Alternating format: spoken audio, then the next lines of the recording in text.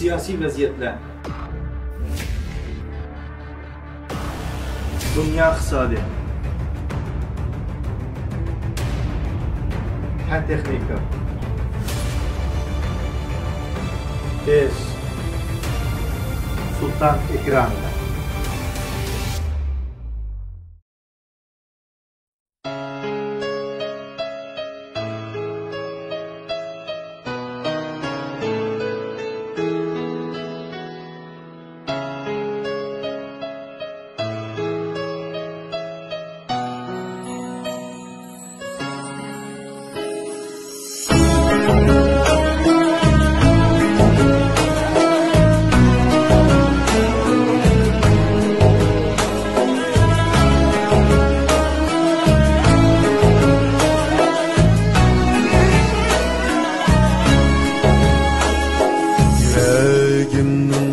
Sevinişleri mihrim düşken aziz toprakka,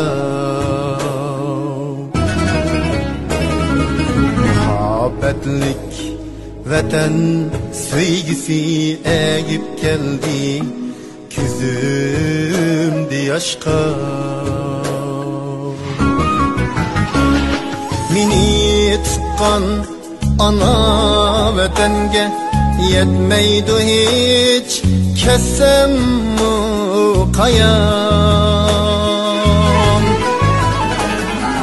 Karzım badur bitmez yetkiçe yüzüm yumup ölsem mu haman. Karzım badur bitmez yetkiçe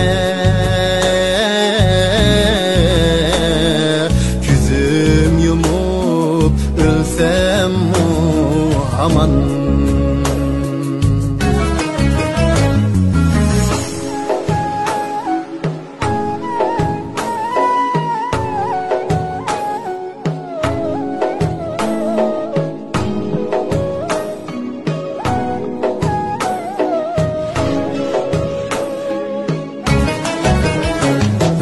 Vatan barım kattı hürmetim, kökte goya bürkütte uçkan. Vatan aman şunda kıymetim, her kademde zeberler uçkan. İttifaklık köyü yanlısın, sevgi birip bulup tirindaş.